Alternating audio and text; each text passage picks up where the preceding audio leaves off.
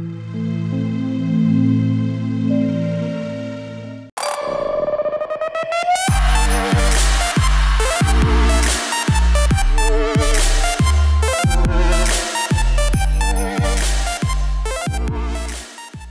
guys, welcome to the special edition of Young Money. I'm Mhundwa, and this is CNBC Africa's freshest and youngest show. It's the show about us, the ones who want to go beyond the hustle, the ones who are keen and intent on breaking the bank.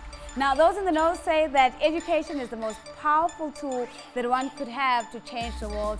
And this is exactly what Managing Millennials is all about. Christine Mhundwa, who just so happens to be one of CNBC Africa's youngest talents, she joins me now. She was part of a broader conversation this week about equipping young people with expertise and knowledge to get the best out of their respective fields. Christine, thank you for making the time to join me. Where were you? What was going on? And what was coming out of these conversations? All right, so we were at a conference that Duke had, obviously with the focus about, managing millennials and creating a workspace that talent could be well accommodated.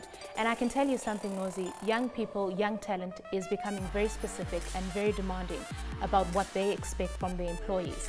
And it's something that South African corporates are latching onto now, taking in this Generation Z, as we call it, and how to create an environment that these young people will one, come to and stay in. So, I mean, their demands, you would be surprised, it's not necessarily about how much I get paid, but it's about the environment that's fostered. Do I get heard? Am I allowed to give input that is actually going to be taken into consideration?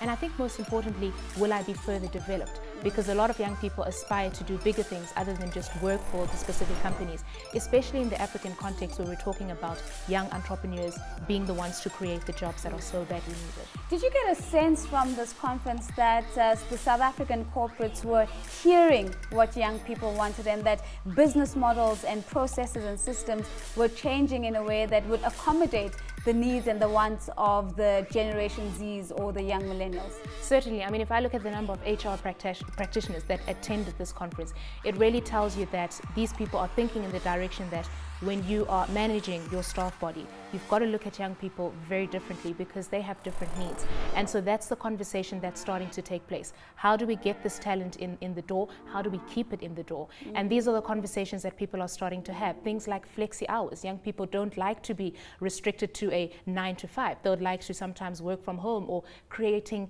creative spaces for young people. So it's encouraging to see that this is starting to happen. But it's sad to say that, South Africa is sort of lagging behind a bit. I mean, if you compare us to the likes of corporates in the United States, these are conversations that started happening way back when. But the encouraging bit is that corporates are really latching onto the fact that it's a different science altogether, managing a young workforce body.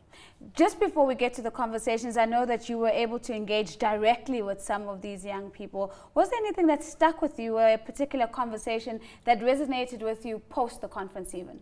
Yeah, I think it's just looking at the patterns of what's happening globally, and not just in the African context or South Africa, but how people are moving from one country to the other. A lot of young people feel that they need to go abroad to get more experience. And there was a presentation about where people are looking to go.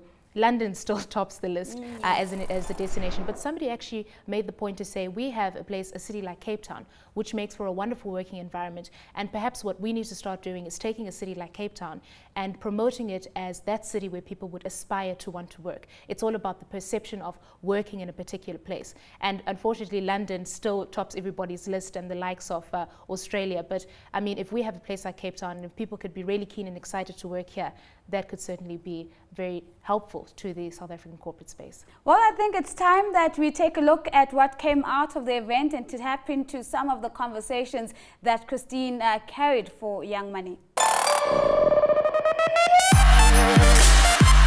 What is it that you expect from your first employers when you start working eventually? What I'm looking for is that whatever knowledge I've garnered at university, I really want to put it out at play, to put it out in practice. So I want the platform to operate, the flexibility to innovate, to solve problems, and to learn more as well.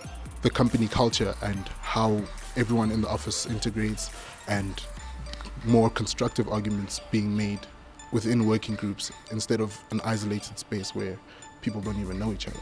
Today's generation we all believe that we have something of significance and something that we can bring to add value to an organization. So just being able to voice this opinion or being given a platform to show this would definitely allow young people to feel valued in an organization. I think that organizational culture will be a huge part of what I'm attracted to, and the opportunity for employees to grow and learn within the organization. The first thing would be, is the work interesting to me? And two would be the impact that I can have on the world. I've got a very happy and bubbly personality, and I would like to go into a corporate environment, but that's not rigid and stiff. I'd like a challenging career. I'd like a challenging work situation where my mind can always be stimulated, forced to think about new ideas each time and forced to think on how to improve myself. I think not just me, but more as millennials, we value innovation and we value creative thinking and new thinking. And we want that to be valued by organizations as well. Sharmla, thank you so much for chatting to CNBC Africa this morning. You talked about the fact that what it is that you do is actually go to the talent and get perspective as to what it is that young people are looking for. Could you give us some insights as to what your engagement with young people is telling you about their expectations when they get into the workforce? Good, thank you so much for this. I think the important thing is that you can't talk about talent. You have to talk to talent, because the Generation Z has a point of view in terms of what they require, in terms of what types of jobs they want, where do they want to live, and they have really strong point of views in terms of the types of jobs they're wanting to look for.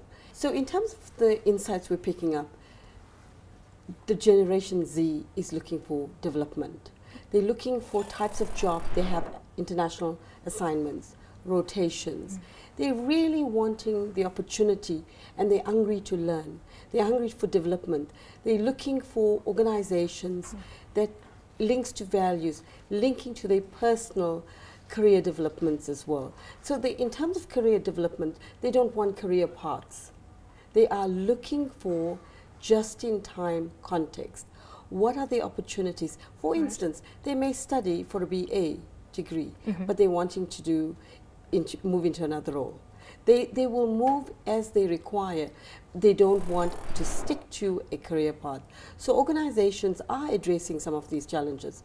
But in the same way, we have a lot of unemployment in our country, in the sense that it's a wonderful opportunity for organizations to attract these talent in a way to make sure they keep policies and processes that are friendly to attract this talent. I mean, some of the young people that we've spoken to here are talking about the fact, like you're saying, they want to be developed, you know, they want to be heard in the workplace, they want the opportunities to be able to put things on the table and those things being taken up. You engage with a lot of corporates, and I just want to get a sense of how realistic are these expectations?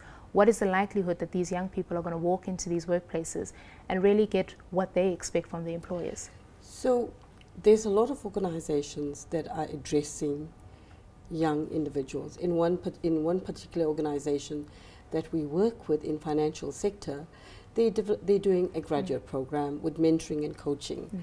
So making sure that they too are talking to the graduates and not about them. So the curriculum is designed with the graduates, making sure there are components in it that are customized just in time, fit for purpose as well.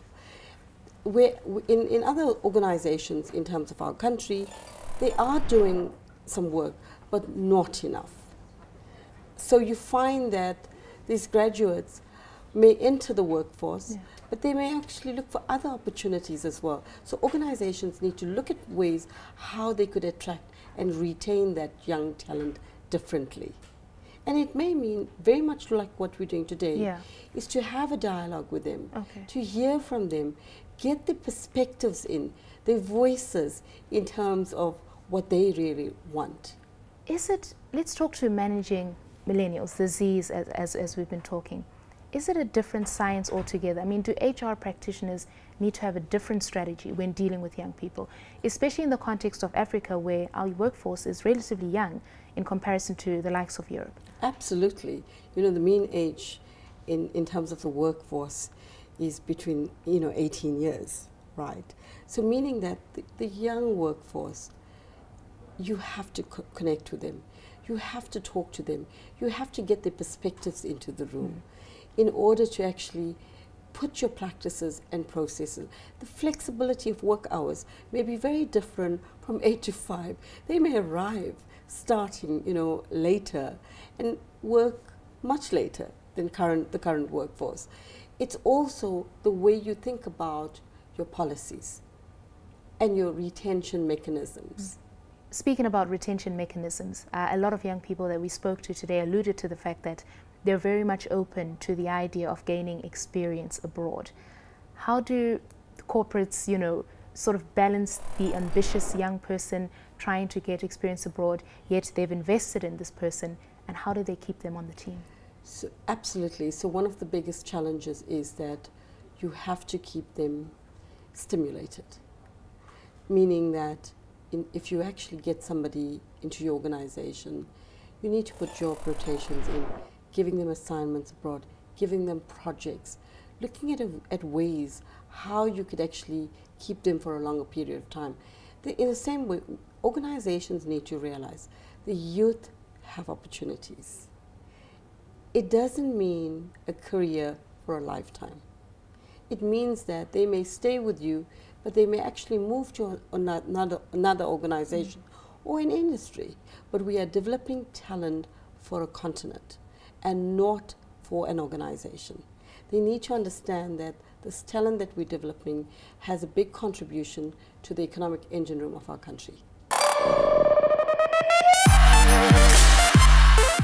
And those are certainly some really insightful conversations. A very big thank you to Christine Mhundwa, one of CNBC Africa's youngest talents, for making sure that the Young Money crew was represented. Now, for you at home, if you want us to come to you, to profile you and your business, all you got to do is send a tweet to the Young Money crew. That's using the hashtag YoungMoney410. Follow me at The Real Nosy or at CNBC Africa. And let's find the best experts and the best visibility to help you break the bank. Until next time, let's keep it rich and let's keep it real.